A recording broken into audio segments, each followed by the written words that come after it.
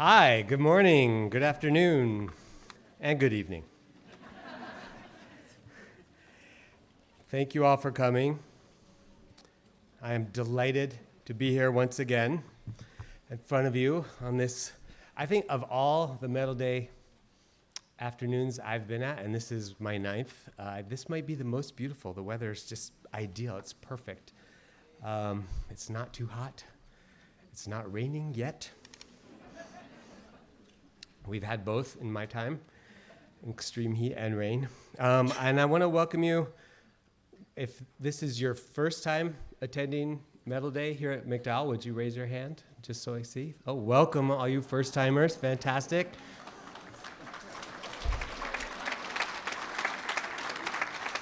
This is, as I said, this is my 9th time. If you've been here more than 9 times, would you raise your hand? All right, look at that, fantastic. Welcome to all of you. We're delighted to have you all. And welcome as well to our medalist, Charles Gaines.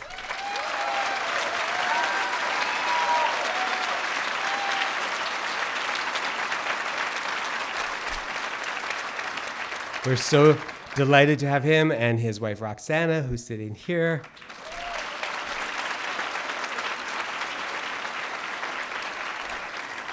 And Thelma Golden.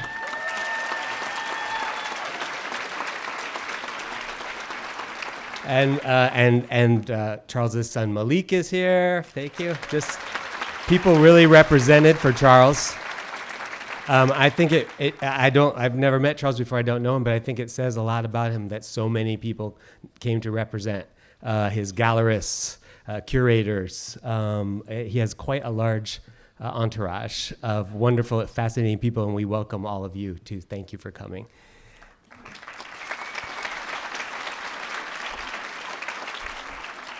I'd like to begin today, as I did last year, by acknowledging that we have gathered on the traditional lands of the Abenaki people who lived in this area for at least 13,000 years before the arrival of all those murderers, rapists, and vermin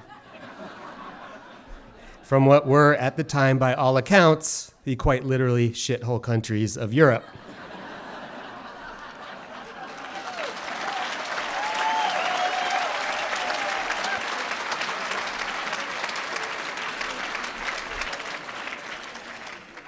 I'd also like to acknowledge the loss on August 5th of our 2016 medalist, Toni Morrison.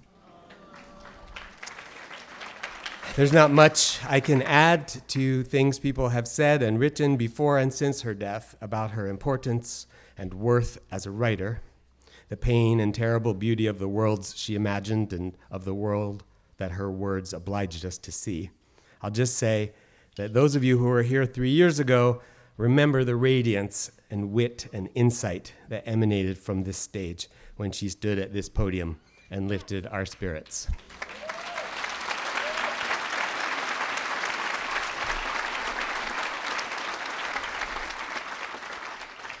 The last thing I want to acknowledge and to ask your indulgence today to dwell on for a bit is that this, my 9th, will be the last time I have the profound honor and good fortune to preside over Medal Day as chairman of MacDowell's Board of Directors.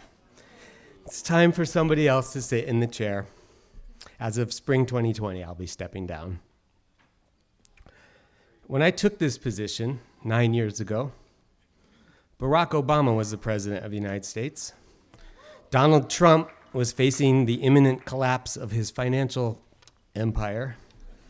And Prince, David Bowie, Leonard Nimoy, Nora Ephron, Ursula K. Le Guin, Philip Roth, Gene Wilder, Muhammad Ali, Amy Winehouse, Elmore Leonard, Alan Rickman, and my father were still with us, just to mention people who meant a lot to me, along with Book Court Bookstore in Brooklyn, Saab Automobiles, Radio Shack,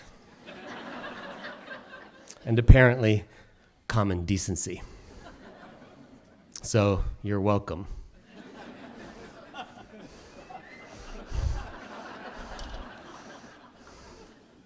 These feel like such dire times, times of violence and dislocation. schism, paranoia, and the earth-scorching politics of fear.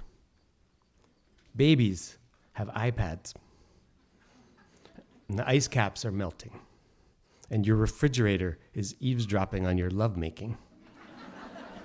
And frankly, it's not impressed.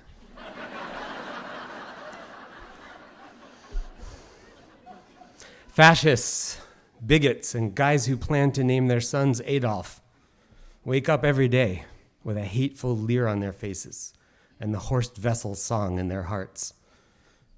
If you're an ignorant, misogynist, xenophobic, anti-science racist, I guess times have never felt better. But for the vast rest of us, and please know, please believe, you and I greatly outnumber them.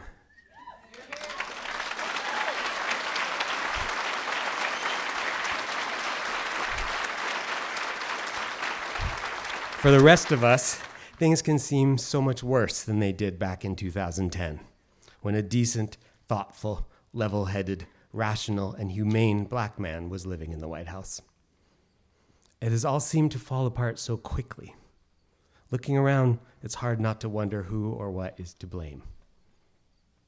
I think it might be me. Now hear me out. Some people might respond, and they might be correct, that with the possible exception of the sudden imminence of planet-wide ecological catastrophe, things have not actually gotten worse. America, these people might say, has always been a dire and violent place, founded in schism, built on the backs of enslaved people, expanded through genocide, suckled on xenophobia, and not so much rife with as addicted to paranoia. These are the folks who on the morning of November 9th, 2016, looked at the people freaking out all around them and said, well, duh. Other people might be inclined to lay the blame for this precipitous decline, for its intensification, for the sudden, strange, and dismaying public permissibility of callousness, chauvinism, cruelty, barbarity, and Philistinism, squarely in the lap of the current occupant at 1600 Pennsylvania Avenue. I've entertained that argument, and God knows I'd rather think it's him than me. Then there are those who point to the Large Hadron Collider in Switzerland, where at some point in the last decade a hole was opened in the fabric of reality. According to this theory, perhaps just as an episode of The Apprentice was airing, and we and all our aspirations and humanist agendas fell into it, finding ourselves in this mirror universe where America has decided its proper business is to imprison babies. And the presidency is conducted on Twitter by a man whose execrable spelling is only the least of the 10,000 things that do not inexplicably cause him to feel shame. But I don't know, guys.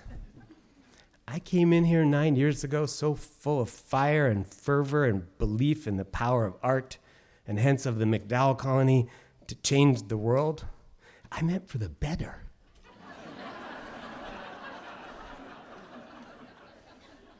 I even came up with a catchy slogan for us back then that reflected this belief. It went like this: MacDowell makes a place in the world for artists because art makes the world a better place. It turned out to be one of those catchy slogans that's so catchy no one can actually remember it. And never really caught on, but I meant every strangely forgettable word of it. And over the past 9 years, we went at it here at the MacDowell Colony. My friends, let me assure you, for I witnessed it with my own eyes, the board and the staff of the MacDowell Colony, both here and in New York City, worked their asses off. We made a place for some 3,000 artists over that period.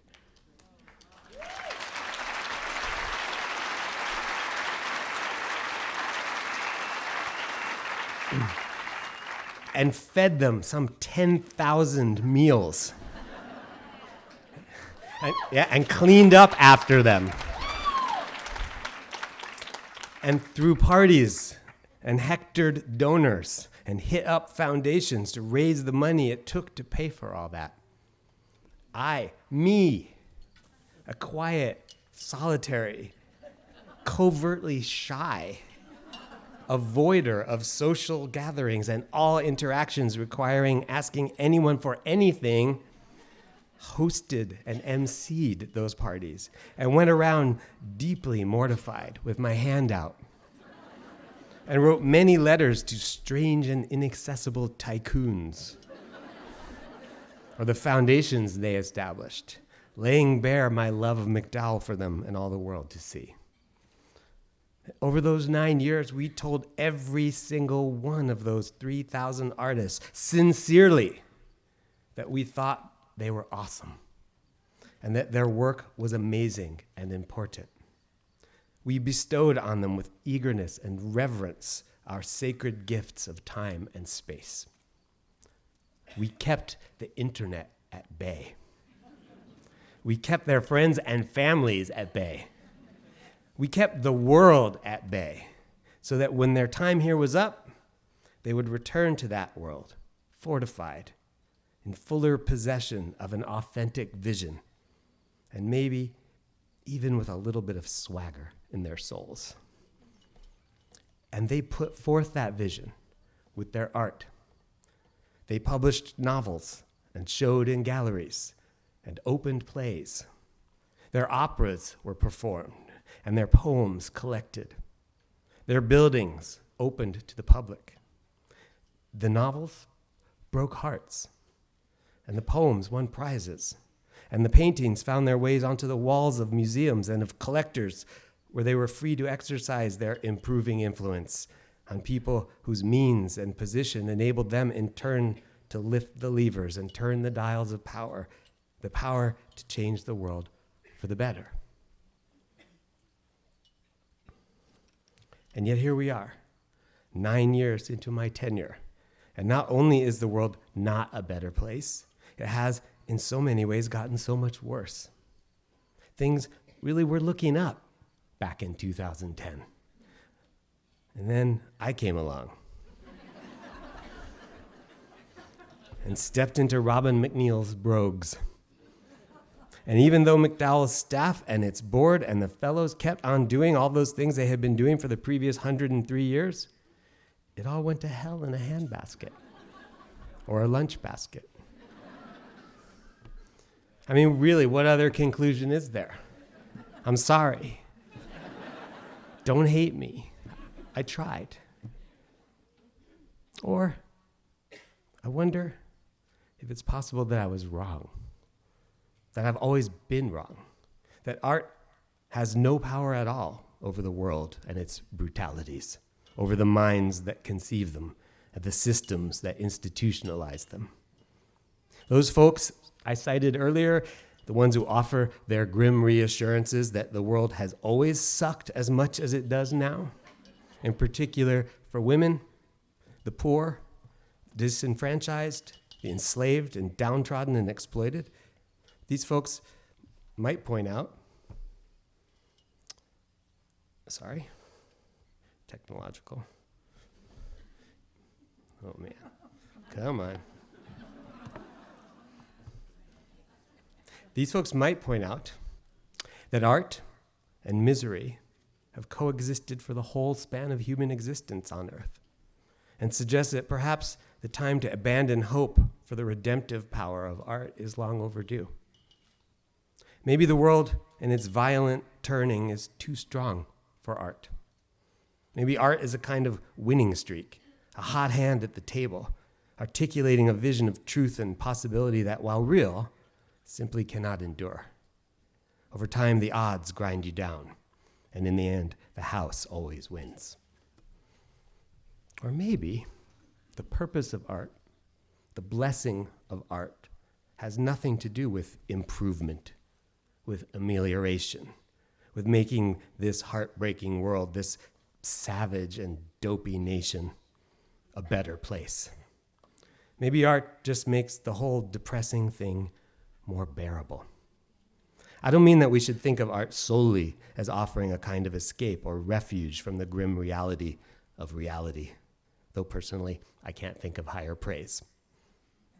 To experience the truth of art, the truth in art, reminds us and reassures us in this kingdom of lies, of deep fakes and disinformation, that there is such a thing as truth.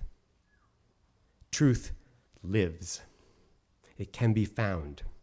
And there is no encounter more powerful than the encounter between the slashing, momentary blade of truth and a lie-entangled mind. And what is that truth? The truth of art, that freeing blade, that slaking drink in the desert of the world. It's this: I am not I. You are not you. We are we. Art bridges the lonely islands of our subjectivities. It's the string that hums from my tin can over here looking out of my little window to you over there looking out of yours. All the world's power to hold us back and keep us down lies in its ability to persuade us that we are powerless to understand each other, to feel and see and love each other, and that therefore it is pointless for us to try. Art knows better, which is why the world tries so hard to make art impossible, to immiserate artists, to ban their work, silence their voices, and why it's so important for all of us to support MacDowell in its work, which is quite simply to make art possible. Hey, maybe that would make a good slogan.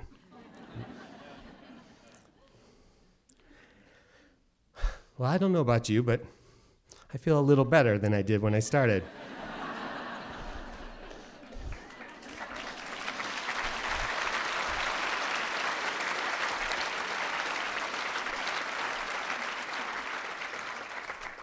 The hell with fascism.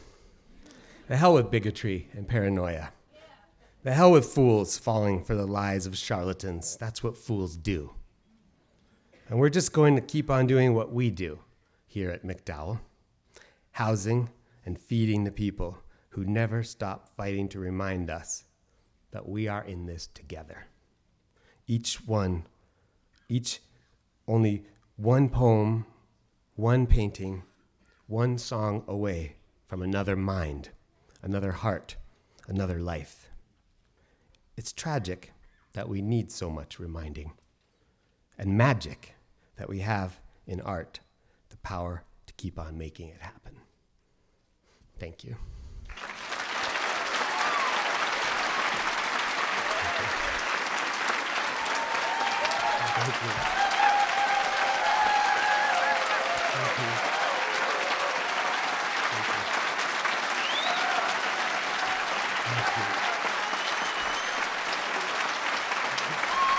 Thank you. Thank you. Thank you. Thank you.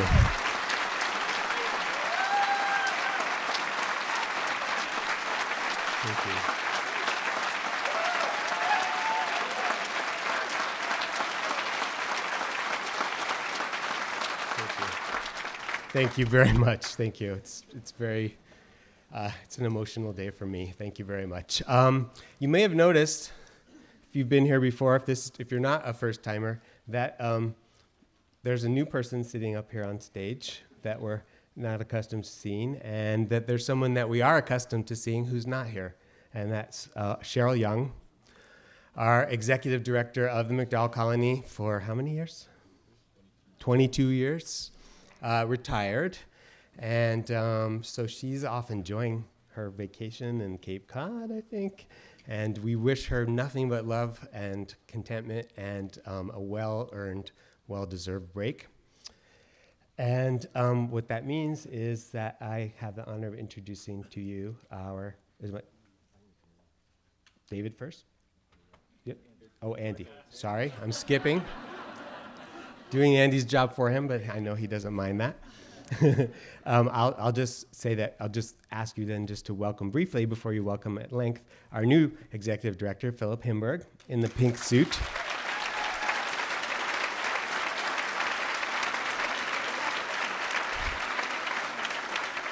He's awesome. If you haven't met him and had a chance to talk to him, please buttonhole him and discover for yourselves what a wonderful dynamic person he is. In fact, he's so dynamic, and I'm so excited about what he's doing that I was going to step down in January, but I decided to make it sometime in the spring because I just want to have a little time with him. So he's amazing, and we do welcome him. But let me, before he steps up, present the president of MacDowell's board of directors, Andrew Senchak, who was one of the first warm, friendly faces that greeted me when I first became chairman of the board. I valued him for his wit and intelligence and wisdom and gentle supportiveness for this whole 9 years, and especially since he became president 3 years ago. And he's Andy Senchak.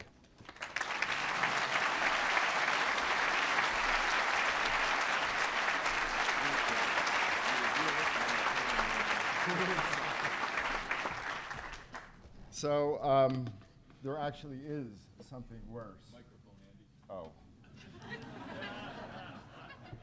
Maybe it's better that way.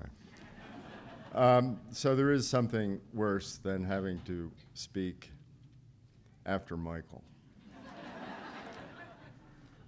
It's not having to speak after him, right? It's terrible. But anyway, he'll be going. And if I can pull this back up, I'll start. I apologize. Okay. Yeah, he will not be on this stage next year, unless, of course, he turns himself into a composer and we give him the medal. I'm not sure. It's possible, so stay tuned.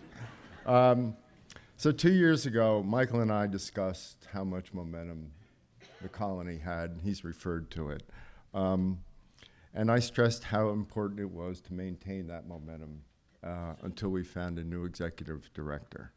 Michael understood. He stayed on for 2 more years, and now he keeps extending. And he made, well, who knows? Anyway, so Philip is now on board, and that Michael will continue as chairman until our search is completed qualifies him, to use his own words in his book, Manhood for Amateurs, as a good man according to the conventions of my own garden variety morality, of consistent effort, altruism, personal integrity, defined as the keeping of one's promises to other people. Michael kept his promise to us. We have to thank him for it.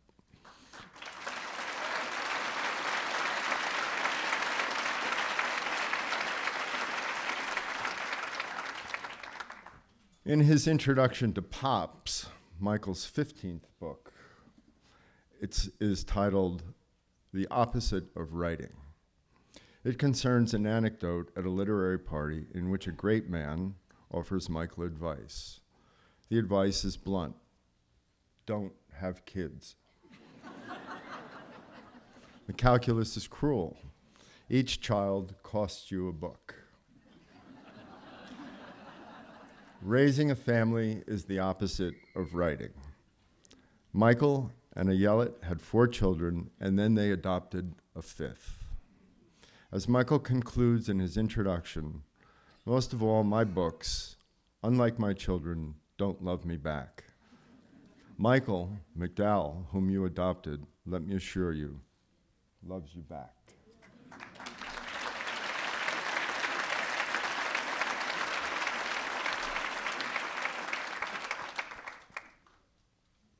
I feel the same way. And to Ayelet, Sophie, Zeke, Rose, and Abe, thank you for sharing him with us. This is terrible. So Michael succeeded Robin McNeil, and I'd forgotten about the Brogues. Thank you. And I remember despairing over who could possibly replace Robin. Well, who can possibly replace Michael? I actually can't wait to see. It should be interesting. So each medal day, the medalist is different, but the medal is the same. Or is it? Here's a proposition. The medal is actually alive with meaning shaped by how we understand our lives in the, as the song says, ever-changing world. The first medal was given to Thornton Wilder in 1960. Kennedy was elected president, and the Pirates beat the Yankees in the World Series. A lunch counter in Greensboro was the site of the first sit-in, and 900 American soldiers were in Vietnam. In 1969, Louise Nevelson, born in Ukraine, received the medal a month after Neil Armstrong walked on the moon. Lyndon Johnson was president. There were 549,500 troops in Vietnam, and the Mets beat the Orioles in the World Series. In 2001, Philip Roth received the medal 3 weeks before the World Trade Center terrorist attack. 4 weeks later, troops went into Afghanistan. George W. Bush was president. The Arizona Diamondbacks beat the Yankees in October, but there were no troops in Vietnam. 50 years after Nevelson received the medal, it will go to Charles Gaines. His rich, pioneering work informs and is informed by the entire history of this medal, except perhaps for baseball. All this is to say that I see Medal Day as an annual conversation. Every artist awarded the medal has produced a body of work contributing to the conversation we have with, dare I say it, the universe and how it unfolds. Here is Toni Morrison, the 2016 medalist, addressing James Baldwin. In your hands, language was a handsome again. In your hands, we saw how it was meant to be, neither bloody nor bloodless, and yet alive. MacDowell, a bright, shining piece of the universe, is folding as it has been for 112 years. In 1953, Baldwin was a resident at Garland's studio. Last year, we announced that the new library would be named after him. Excuse me. This year, in the final scene of her 30-year show, Cheryl Young's decades-long relationship with the Heinz Foundation resulted in a $2 million gift for the continuous support of the Baldwin Library.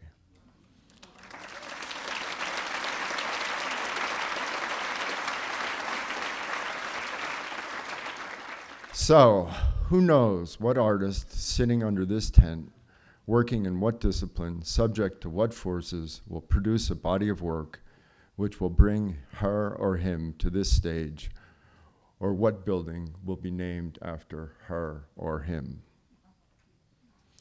Who knew that the search committee, beginning more than a year and a half ago, would find a person who felt such dedication and responsibility to MacDowell that he spent April and May in rehearsals, going to our offices in New York, memorizing the names of all the studios as he visited the colony, and began dining with over 30 of our board members. He attended board meetings, committee meetings, and fundraisers. And then in June, he went on the payroll. Thank you, Philip.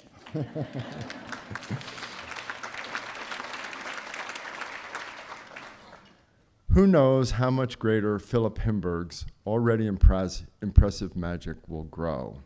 As Philip reminds us, he is a theater person. Let the show begin. Philip.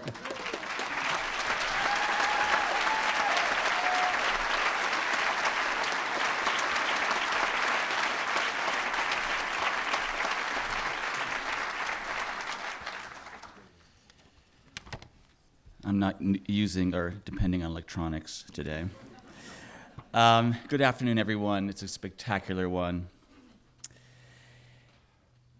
Did you ever see the way the clouds love a mountain? They circle all around it. Sometimes you can't even see the mountain for the clouds, but you know what? You go up top, and what do you see? His head. The clouds never cover his head. His head pokes through because the clouds let him. They don't wrap him up. They let him keep his head up high, free with nothing to hide him or bind him. That is Toni Morrison. If you told me that one day I would stand on the same ground as Miss Morrison, who was our MacDowell medalist 3 years ago, or if you had whispered to my 13-year-old self, who read James Baldwin's Giovanni's Room with a flashlight in his bed late at night, that decades later that boy would be responsible for the stewardship of the place where Mr. Baldwin wrote those words, it would surely not have made any sense. So imagine what it's like for me to stand here, my first medal day as the recently appointed executive director of the MacDowell Colony. The staff and the board of MacDowell have worked tirelessly to prep me for this moment. I have been advised and cautioned and counseled. I have, like Eliza Doolittle, even been given elocution lessons on how to pronounce our beautiful mountain, Monadnock. It turns out that it is an Abenaki word, Native American word, Monadnock. However you say it, nothing quite compares to being in its gaze with all of you in this moment. Since Cheryl Young, my predecessor, ever gracious and insightful, passed to me the proverbial torch, I have been an enthusiastic listener, leaning into this remarkable place. You should know that my affection for New Hampshire comes quite easily. I was first of all raised a New Englander from the nearly neighboring state of Connecticut. I have recently counted that in my first 75 days on the job, I have met nearly 200 new people, including a heartfelt cohort of Granite State residents. And to a person, every one of you has made me feel instantly like I belong, like I am family. Or as my Russian grandmother would say in her native tongue, like, which was Yiddish, like mishpacha. I guess you can say we are now MacDowell Monadnock Mishpacha, which tells me that New Hampshire is in fact diverse.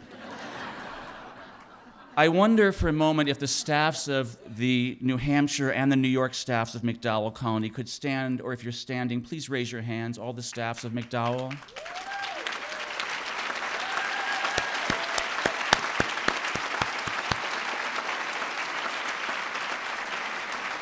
Yes, everyone look around. Along with our illustrious board of directors, these fine people are the backbone of this institution, as Michael said, each and every one genuinely and generously connected to our mission, which is the support of risk-taking artists.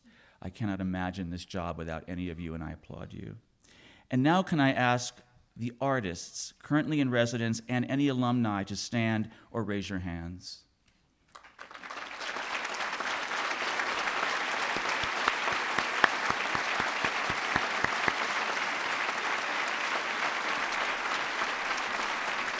We are only here because of you. We exist for you, and we thank you today for this one day of opening your studios so that people can learn a bit more about who you are, what your work is, and what this place is. Medal Day is the largest free public arts event in New Hampshire, and we would not be able to continue this tradition without the support of our local and national sponsors. We're grateful this year to our presenting and lead sponsors, Boston Private and Hauser & Wirth.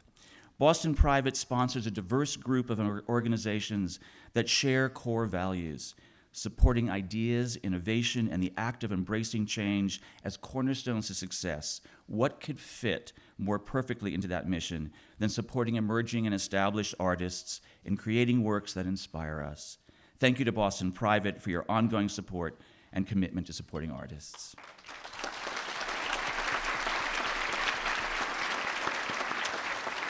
Hauser & Wirth are new friends to MacDowell and long-standing patrons of the arts.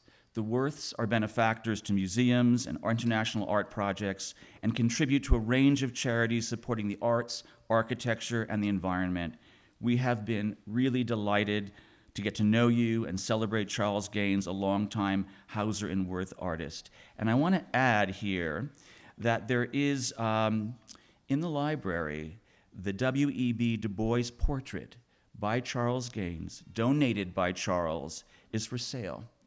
It's for sale for $15,000, and its sale will fund a full visual arts residency fellowship here at MacDowell. So please view it in the library after you're through here. Thank you,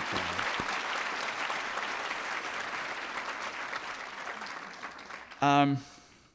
I find that in these early days, my MacDowell journey takes me simultaneously in opposite directions. First, an attentive look to the past, or backwards, if you will. Clearly, if my tenure is to have any significance at all, I need to understand what has come before. So from my desk in the New York office, I purposefully gaze each day at 2 framed photographic portraits, the countenances of Mrs. and Mr. MacDowell. As I sip my morning coffee, Marion MacDowell peers at me, as if to say, "So, Philip, what are you doing today to assure the health and the future of the American Artists Residency?" And I nervously gulp on my latte, and I ponder how best we might honor the animating impulse of Mrs. MacDowell, the extraordinary understanding that what this world needed then, and still needs today, is this utopia for creative and daring souls. And to that goal, how does MacDowell remain fortified for whatever lies ahead? What would Marion do, I wonder? Talking about the more recent past, here are some facts about the colony over the last year you may enjoy. In the past 12 months, we have welcomed just over 300 residents. These represent artists from the US and 14 countries across the globe.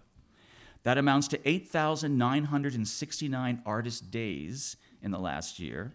75% of those folks were first-time residents, and those folks represent a vast and healthy landscape of diversity in terms of the genre of their work, their backgrounds, cultures, gender identity, age, and physical abilities.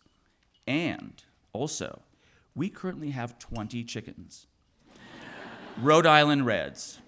And for a small donation, we'll name one after you. We have 3,500 square feet of new plantings led by our intrepid landscape artist, Emily Drury.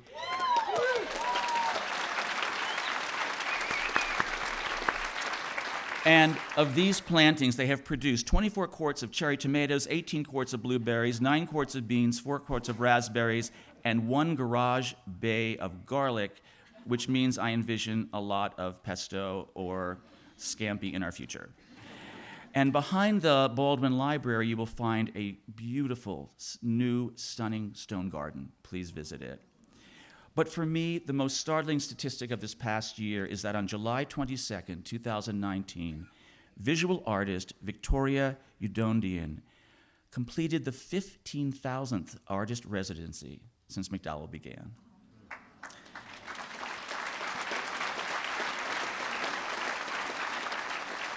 I really hope we gave her a t-shirt or something. Miss Udondian is a visual artist, as is our distinguished medalist today, which allows me to reflect for a moment not on the past, but on the present and what's ahead. After all, that's why I'm here, to imagine how to sustain and secure this magnificent legacy and how to be certain we stay fully immersed and relevant in a vastly shifting landscape. Mr. Gaines, that's why honoring Charles Gaines today is so resonant for all of us. Because in the work of Charles Gaines, as I see it, the past and present and future actively reside at one and the same time. Mr. Gaines himself has referred to one aspect of his work as a kind of palimpsest, illustrative, sometimes ghostly overlays, images drawn from and inspired by earlier images, and also musical scores conceived and composed over and upon iconic texts, oral creations systemically corresponding to aspects of the alphabet and to some of the most provocative oratory, challenging our perceptions of time, making us question our assumptions, which returns me to Marion MacDowell, who in her own way called out the comfort zones of her peers. James Baldwin famously reminded us that artists are here to disturb the peace. And so today I am likewise here. Not to disturb the peace. Don't get nervous, Andy. But wonderfully provoked, confounded, challenged, and most of all, sharing with you this spirit of celebration. I come from theater, which is all about storytelling, and so I look forward to getting to hear your stories, to more deeply sharing this place with you, and together supporting the artists that inhabit it. We are all of us tasked with the stewardship of this most respected artist residency, of the most talented and deep-thinking and impactful individuals and with the very geomancy of this place. In his rather epic poem, New Hampshire, medalist Robert Frost ended with this: "When I left Massachusetts years ago, between 2 days, the reason why I sought New Hampshire, not Connecticut, Rhode Island, New York, or Vermont, was this. Where I was living then, New Hampshire offered the nearest boundary to escape across. I hadn't an illusion in my handbag about the people being better there than those I left behind. I thought they weren't. I thought they couldn't be. And yet they were." Thank you.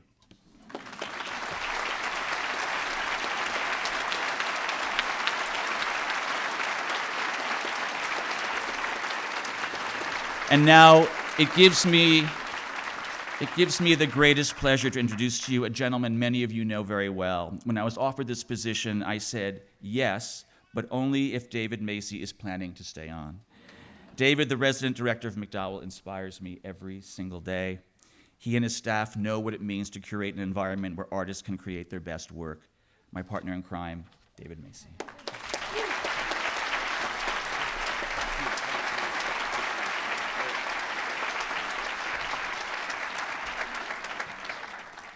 Thank you. It's great to see everyone here today. Well, I'd like to begin by thanking Philip for that brilliant introduction and the brilliant foreword to It's Going to Be a Long Journey Together. And I can also extend thanks to our extraordinary volunteers who let us all know where to go and how to behave today.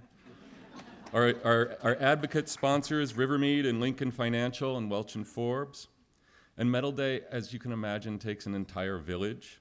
And while I think what we need to do, since the staff are spread too far and wide for them to hear you, is I'll let you know who some of the people are who are lighting the way, and then you need to be loud enough that they can hear you all the way to the log cabin.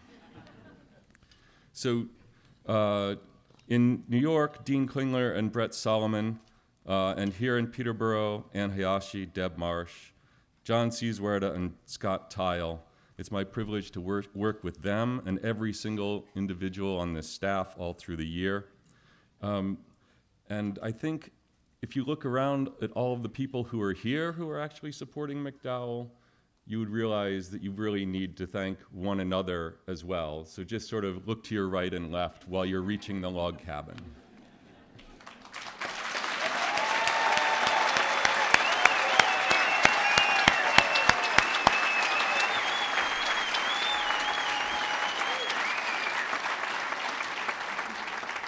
I think they heard you.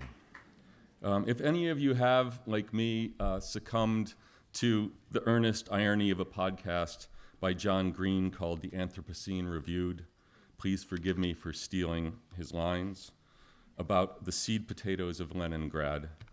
To those who are uninitiated, please bear with me as I stretch a metaphor past the breaking point. Green introduces his topic with a précis on Soviet suffering in World War II, noting the unnatural deaths of nearly 20 million Russians. Shortly before the siege, Russian scientists working on a seed bank had collected more than 250,000 species, while the average Leningradian was subsisting on 4.5 grams of bread each day. Nikolai Vizorov, then the director of the Institute of Plant Industry, worked with a small team of biologists nurturing thousands of varieties of seed potatoes against the brutally cold winter months 41 into 42. After the war, he was miraculously alive and asked if he had found it difficult to be on the verge of starvation and look past a very starchy dinner surrounding him. After a pause, Vizorov answered that actually, it was very hard to get up in the morning. It was extremely difficult to move his hands, but it was not difficult to refrain from eating the collection that was the cause of his life. For today's artists, time at MacDowell is a reprieve from that prosaic harassment, apathy, and condescension that tend to grind creative ideas to dust. So if you think of MacDowell, the world outside of MacDowell as the world of wartime and famine, these 450 acres are fertile ground for seeds that grow and become the cause of their lives. And if the artists are like scientists, all of you here today are like allies, and those who recognize the big lie when you see it. Today we enjoy a reprieve from the normalized hostility. On a sweet sunny day beneath this beautiful tent, we enjoy one another's stories and inspiring company. Ah, God, I'm so thankful that you've all survived that overwrought metaphor. I'll try to reward you now by turning to the real world around us. I'll still leave out the banal and the inflammatory. Last spring, we renovated our beloved printmaking studio, and just 2 days ago rededicated it to the Putnam family, who've supported it since it was first converted from a farm building into a studio in 1972. And though your program lists this as being an artist being there, he was delayed, and the studio will be open, but there will be no one inhabiting it. And thanks to generous support from Sigma Alpha Iota, our next capital project will be the renovation of Pan's Cottage this fall. And before the year ends, we will install a second solar array on the southern boundary of our property, and MacDowell will push past the 100 renewable electricity mark.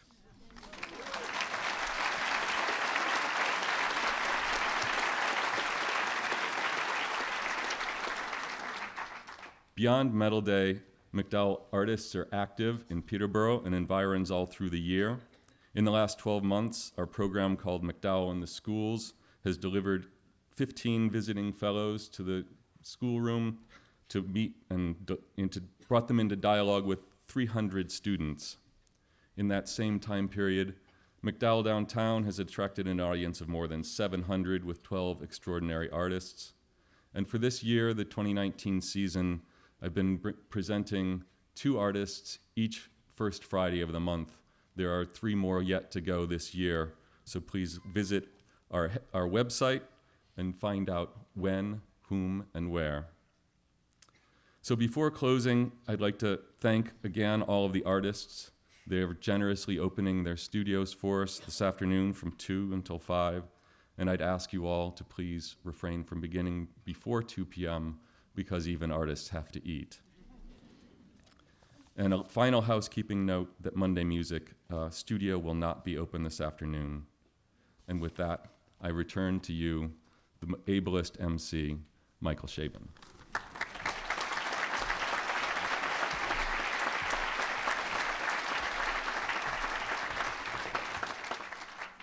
Thank you, David. Sorry. Sometimes I get almost as excited about the person presenting the medalist as about the medalists. And this is one of those years. A star of the curatorial world, with a BA from Smith and a whole bunch of honorary doctorates. Winner of a National Arts Award and a J. Paul Getty Medal. Writer, juror, lecturer, tireless champion of new and emerging artists. Ladies and gentlemen, the pride of Queens, Thelma Golden.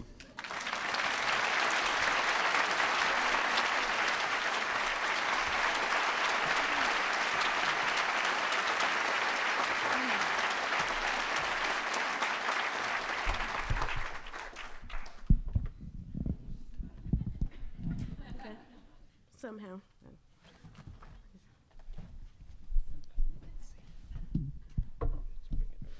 Thank you.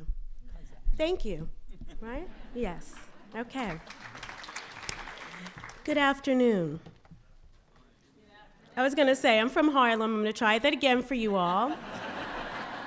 Good afternoon. Good afternoon. Thank you. Michael, thank you for that warm introduction. I am thrilled to be here today to honor a man who has influenced us all. I want to thank the entire MacDowell family, Philip, and the entire team for making it possible for me to be here. You know, I didn't realize until just this afternoon earlier when we were taking photographs how much this place also resonates with my own path, the path that got me to be standing here today. In that, as we stood in the James Baldwin Library and I looked at the portrait by Buford Delaney, it made me realize that today, in many ways, I get to stand in honor and gratitude of my teachers.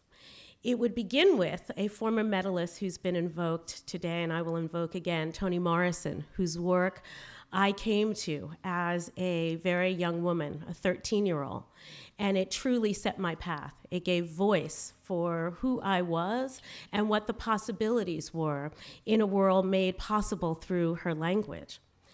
And then as a college student, when I had the great privilege at Smith College of being James Baldwin's student at the end of his life, and as my teacher, he said to me over and over again the name Buford Delaney. In many ways, him saying that, he was giving me my charge, the charge to be a steward for the work of Black artists, as he had been a friend to Buford Delaney.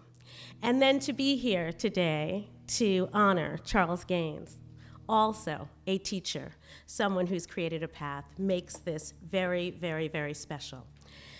This fantastic medal stands apart in its sense of being so singularly focused on supporting artists, and in its history, given such deep meaning to the idea of the contributions of artists. I'm very grateful to the board of the Colony and this year's selection panel for their decision to recognize the many, many achievements of Charles Gaines. You have welcomed him into this pantheon of musicians and composers and writers and architects and visual artists, ranging from Aaron Copland to Sonny Rollins, Toni Morrison, Marianne Moore, Alexander Calder, Louise Nevelson, and recently also Betty Saar. It is all the more moving for me to be called on to present this model because it gives me a chance to tell you all how Charles Gaines changed my own life. You see, I felt Charles's impact well before I had the opportunity to meet him. I knew of his brilliance and daring, of the art that he created, work that set him apart in the 70s, when he was bending conceptualism to striking new purposes, where he was creating new languages in vision, visuals, and in form to speak to the broad questions which art can answer. But I also knew of him because of the great inspiration he gave to others, being an artist who is so deeply committed to other artists as a friend, as a peer, and as a teacher. His work is in fact a crucial bridge between the first generation of conceptualists in the 60s and 70s and the many artists who have emerged in the generations to come since. And when I realized that I spoke so much to an idea of who Charles was before I knew him, it is because he was so influential on the generation of artists who I had the pleasure to curate as a curator in the early 90s. And the way this would often happen, the way I came to know this first, is being in the studios with so many artists. And when I would ask them a question about their own work, the answer was inevitably and almost always Charles Gaines. So if I asked, how does your art engage with the ideas and issues of our time? Their answer would be Charles Gaines.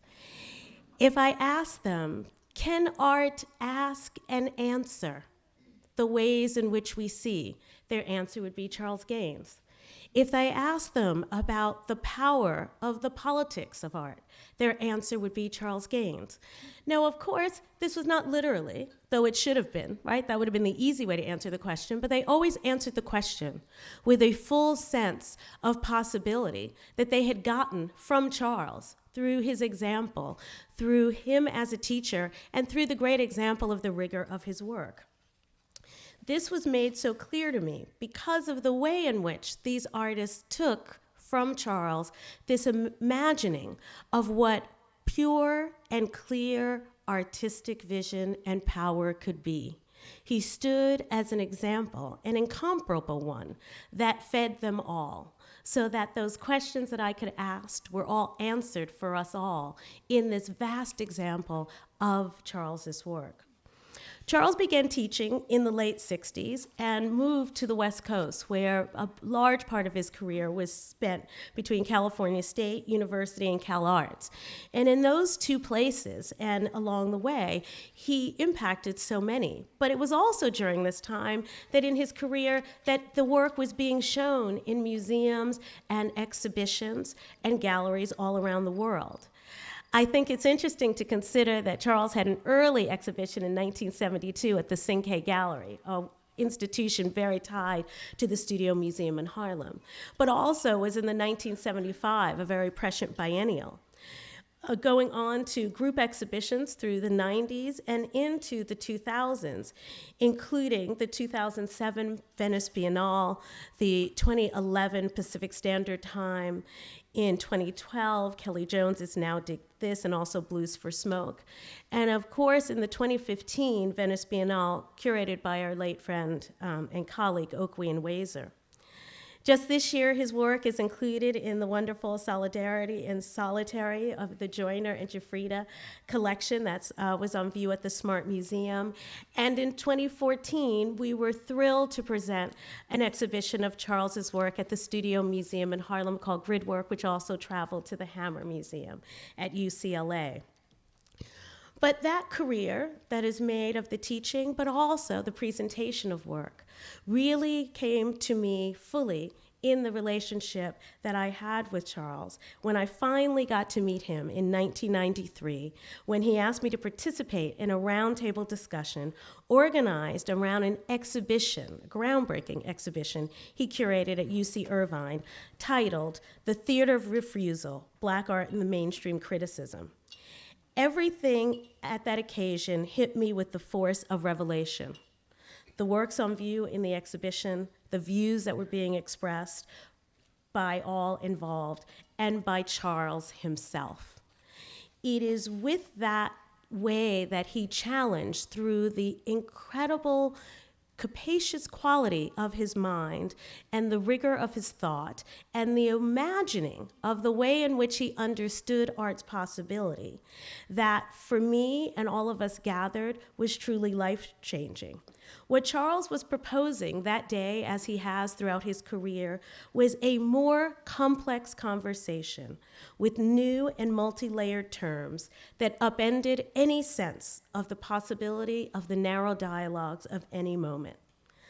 Let me say this clearly. When I stand here, I'm one of many for whom our work would not be possible without the path, the very wide path, the sort of generous path that Charles has created for so many. Since then, I've had the delight to work with Charles and to consider him a colleague and a friend.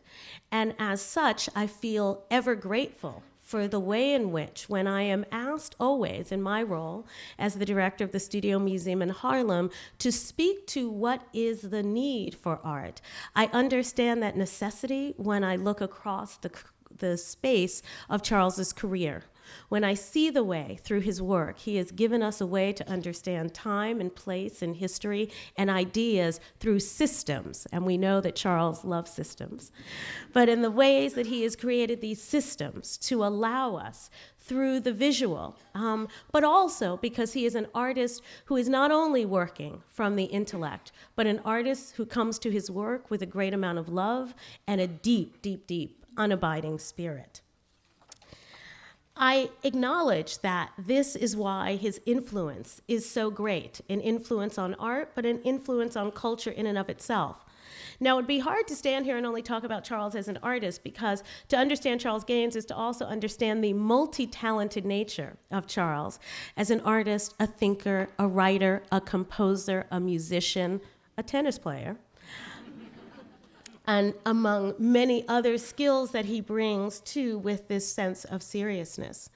So in bestowing him this medal, what I know MacDowell is saying is what many of us have known all along, is that in this example of Charles, what we have is an artist who not only leaves us with this incredible legacy which continues in the work that he makes in these objects, but through the ideas that he has created, through the ideas that he's changed, through the spaces that he's opened up, the possibilities he has created. And I stand as one of many who are incredibly grateful to him for what that has meant. My understanding of the world, my understanding of my world, my understanding of my role of art and the possibility of artists is made deeper and richer through this engagement, through the way in which Charles looks at the world. It's in this spirit of knowing him and understanding him that has enabled me to cherish this work and to see it as what I know as a curator and the director of a museum responsible for stewarding the work of artists for generations to come, that makes him also so part of what is so lovely and amazing about this community that cherishes artists and creates space for them to work. Charles has changed the world as I've seen it, and for those of you who have this opportunity to experience his work here, but also who I encourage you to experience it in the many ways it manifests in the world, I will say that I know you will join me in the gratitude for him, for his life, for his work, and for his presence, and join me as I am thrilled to be here today as he receives this fantastic and amazing and so well-deserved honor. Thank you, Charles.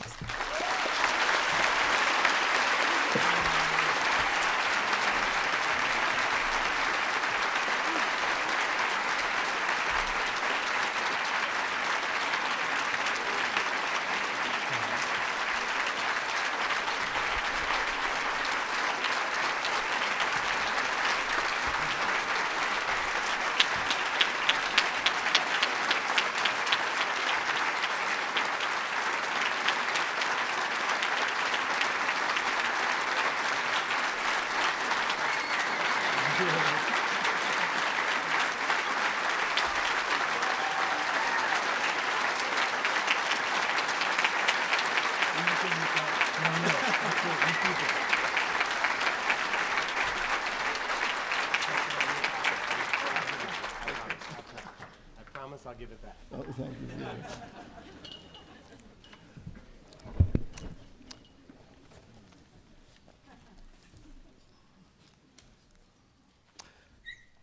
So I'm going to try to hold it together. I'm not used to this kind of stuff. But thank Thelma for the most amazing introduction. Thelma's always been a hero of mine for many, many years. I followed her right from the beginning. And she's done an amazing, she made an amazing contribution to the world of art in general and to curation, exhibition, and to the careers of so many artists. Thelma is so responsible for making their lives so much better. Thank you, Thelma.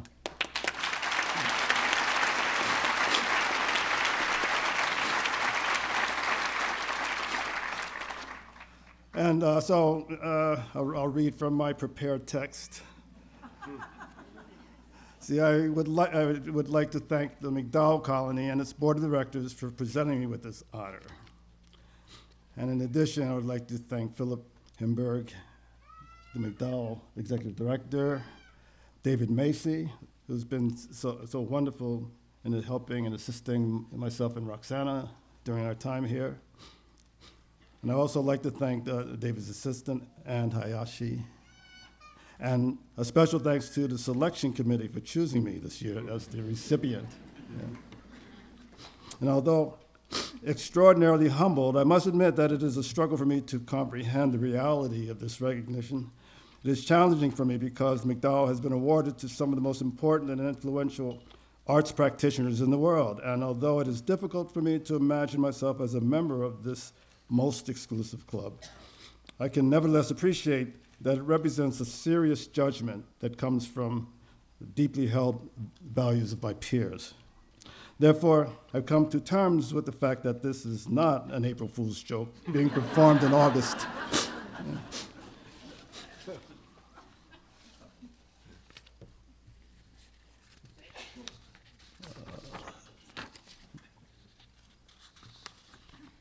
I think my notes are out of order.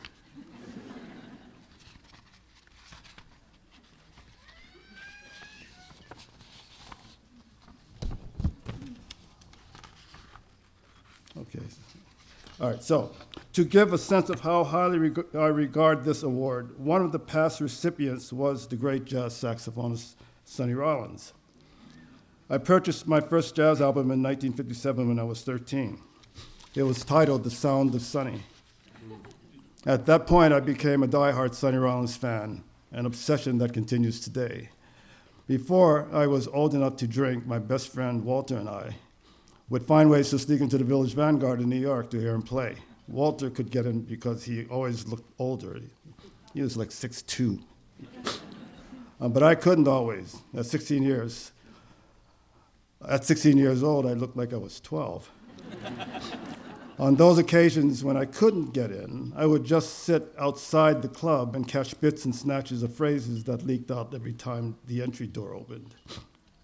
This was my first deep encounter with art. As I said, the list of awardees is so incredibly distinguished, but Sonny Rollins was very special. My commitment to music starts with him. He was the reason I began studying percussion. Even more, listening to Sonny's complex musical phrasings taught me how to listen to different types of music, including classical. And in fact, introduced me at a young age to the idea of avant-garde experimentation, ultimately teaching me how to listen to composers from John Cage to another MacDowell recipient, Steve Reich. So the idea that I am receiving the same medal that Sonny Rollins received is simply jaw-dropping. It's simply beyond explanation. Before discovering music, I had been studying art, beginning as a young child and ultimately receiving an MFA. Shortly thereafter, began exhibiting professionally. So for me, there was art and there was music. For many years, these two parts of my life seemed unrelated. So much so that after I began exhibiting, I stopped playing music, only experiencing it as a fan. It wasn't until perhaps 7 years ago that I began playing again, performing with the sculptor, the late Terry Atkins, in his art performance collective titled The Lone Wolf Recital.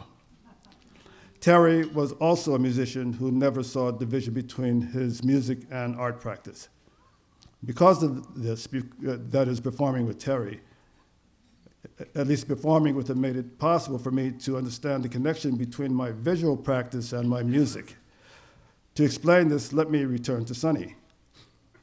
I was drawn to Sonny Rollins by his complex phrasings, the way he would take a melodic line through a myriad of permutations, turning it in and out, up and down, flipping it inside, then outside. His phrasing was for me a cascade of sometimes intricate, sometimes simple patterns that seemed to be produced by chance, what we call improvisation in jazz. The sound patterns were in fact a product of a system of permutations and possibilities that were entirely rule-based but infinite in possibilities. This led me to understand my interest in systems as a visual artist. Listening to Sonny and also John Coltrane's complicated patterns taught me how to listen to Steve Reich, particularly his piece Come Out to Show Them. And I heard which is a piece that I heard by chance on a public radio station in 1968. Reich turned out to be a very important influence. I did not make these connections between visual art and music in those early years, but it is clear to me now that these experiences in music helped me develop my early art practice by expanding the idea of what was possible in art beyond the Eurocentric models. Ultimately, I began to understand this as my temperament, an interest in intellectual practices as much as the poetic. I found it more interesting to employ rational systems to make art rather than making art from my subjectivity. The system that I deployed in my work facilitated the production of patterns that would constantly surprise me, just as I was surprised when listening to Sonny Rollins. The visual pattern produced by the conceptual application of the system realized an unpredictable and surprising aesthetic and conceptual experience. I similarly worked in systems in my video-drawing installations entitled manifestos, where I translate a political text into music by employing rules that convert the letters of the text to notes. The music that is produced is performed and recorded and played in the installation, as the soundtrack of a video where we see the scrolling of the original political text. The rules produce musical phrases that, when heard in the context of the scrolling text, seem intentionally related to the text concepts and ideas, but are, in fact, arbitrary. Similar to the grid work, the Manifesto series produced emotions and experiences and even content that are not the result of any intention on my part to create. This award for me seems to be a recognition for this life's work. This investigation, which I might describe as an attempt to advance the idea that art is both inseparably an objective and subjective practice where feelings and concepts unify. This is in opposition to the conventional wisdom that art is an exclusively subjective practice. But I continue to ask, other than providing the means to make work, in what way is this investigation important to others? It is hard for me to answer this from the standpoint of others. It is for them to decide. But it is a question that I try to answer for myself. I began my professional practice at the height of two important movements, conceptual art and the Black Power movement. It is not often believed that the latter was a movement, and only recently has the former, conceptual art, been recognized as having the force of a singularized movement. But I found myself in an undefined space in between these two because of my interest in abstract concepts on the one hand and politics on the other. Back in the day, I had been asked often by some of my friends who were invested in Black Power ideology why I made white art. And although disturbed by the accusation, I in fact felt it was a legitimate question. Although I did not think I was making white art for white people, not black people, I did not know how to answer this question, and usually responded by just staring into space. Why were the things I was interested in important to others, and in particular, important to black people?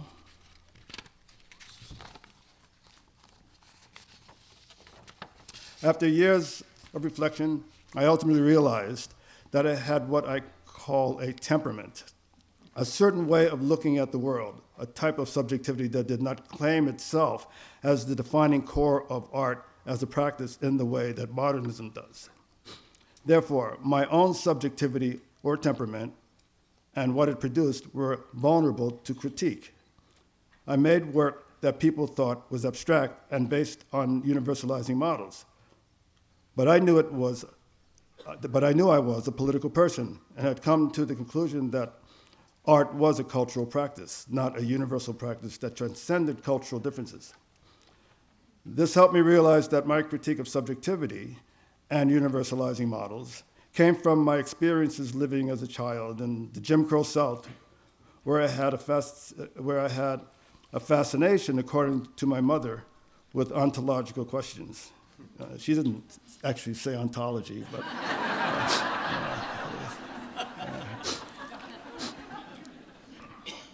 even as a child, I could not understand segregation as a rational construct. It seemed like a set of social rules that arbitrarily assigned privilege to white people. The way I see it now, in my work, the grid system plotted the shape of objects by using numbers. But the represented object and grid system do not unify in this transaction, hence making the relationship arbitrary. One critical reading is to see this as an analogy of the faculties of perception and understanding in human beings, and show that this relationship too is arbitrary. This means for me that knowledge is not universal, but culturally driven. This gives the diverse structure of culture an important role in the production of knowledge. The importance of this is that it reveals the political dimension of abstract ideas and how important moral judgments are in the process of the acquisition of knowledge. This then answered my question about the possible importance of my work to others, that abstract concepts have a political dimension that is derived from one's lived experience. which is to say, in my case, that my experience as a black person who lived in the Jim Crow South, who could not explain the arbitrariness as well as the ruthlessness of racism, can produce abstract ideas from this experience. I hope that it can be recognized that my work is fully invested in the world and that it is part of the necessary moral investment that is the responsibility of art to make. Because of the incredible return of racist and white supremacist ideology to our institutions of power that has been happening today, the question, is art necessary, has never been more important. We are witnessing the most unbelievable violations of human values in our immigration policies, in acts of terror against people of color and Jews, in the police murder of our young black males, in the authoritarian takeover of our political system to protect the white interests. Art is one of the few disciplines that can exercise moral authority and judgment because it is built into the practice itself. Every art gesture we make can potentially convert to a moral judgment. The artist should recognize this and practice it. Thank you.